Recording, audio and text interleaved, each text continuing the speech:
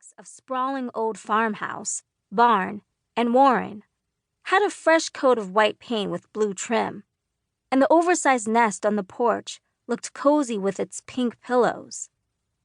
And of course, she remembered exactly what it had been like to arrive at a place she'd never wanted to be. But once you were judged by the wizards as unsuitable to be a familiar, this was where you came, and this was where you stayed. The only Shelterlings to ever leave, so far as Holly knew, had been Charlie, and she still harbored hope that one day he'd come back to stay. Shelterlings lived in the shelter. That was the way it was, and the shelter itself was beautiful. "She's going to love it here," Holly declared. "Yes, she will." Shaking out her tail again, Holly trotted back toward the house. The grass tickled her furry stomach. "Did you tell Clover how to rhyme orange?" "There is no rhyme for orange. Anyway, it came out as a prediction about a fruit salad.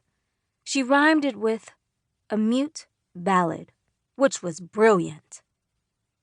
Holly hopped up the steps. "She could have used door hinge." "That's not..." "Huh. Maybe, if you say it fast enough." He flew underneath the tablecloth, lifted it off the line with his head, and carried it draped over his body with his wings sticking out on either side.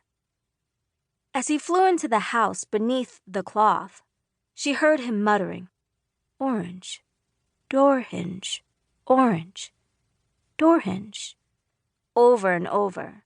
She called after him, "Watch out for..." Thump. "The wall," she finished. "Oops."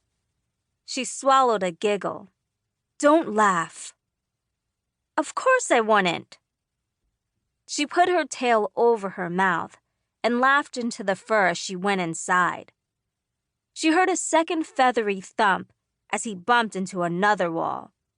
"You try flying with your eyes blocked." "You're doing great," she said, encouragingly.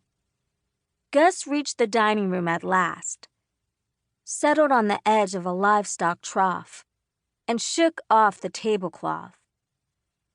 Tugging it with her front teeth, Holly helped him position it over the trough. It wasn't the traditional use of a tablecloth, but she liked how it neatened up the room.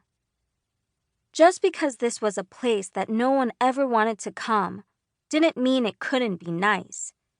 That was what Charlie used to say, only he'd say tidy instead of nice. Holly had changed it in her head. She checked the dining room, the front hall, and the living room with its various chairs, couches, and perches for all sizes. Everything felt ready, and her heart thrummed with a little burst of pride. "Do you think the new arrival will like..." Before she could finish, Zephyr the turtle careened past her. Holly jumped back to keep her paws from being squished. Clinging to Zephyr's shell with all 20 of his sticky toes, Leaf, the gecko, who was Zephyr's inseparable best friend, screeched, "Watch out, Holly!" "Sorry," Zephyr called. Holly scooted under a table. Zephyr skidded as he turned left, bashed into a doorframe, and then zoomed on. From the hallway, Leaf squeaked, "Stairs!"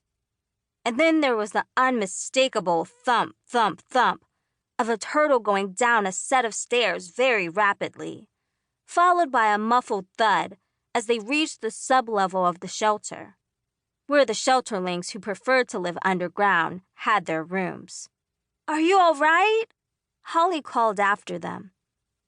Zephyr whooped, "That was awesome!" "That was not awesome," Leaf said. "Look at me. Do I look like a gecko who just experienced awesomeness? This is not the face of a happy gecko." "But counterpoint, we only hit half the stairs." Leaving them to debate the awesomeness or non-awesomeness of their craft.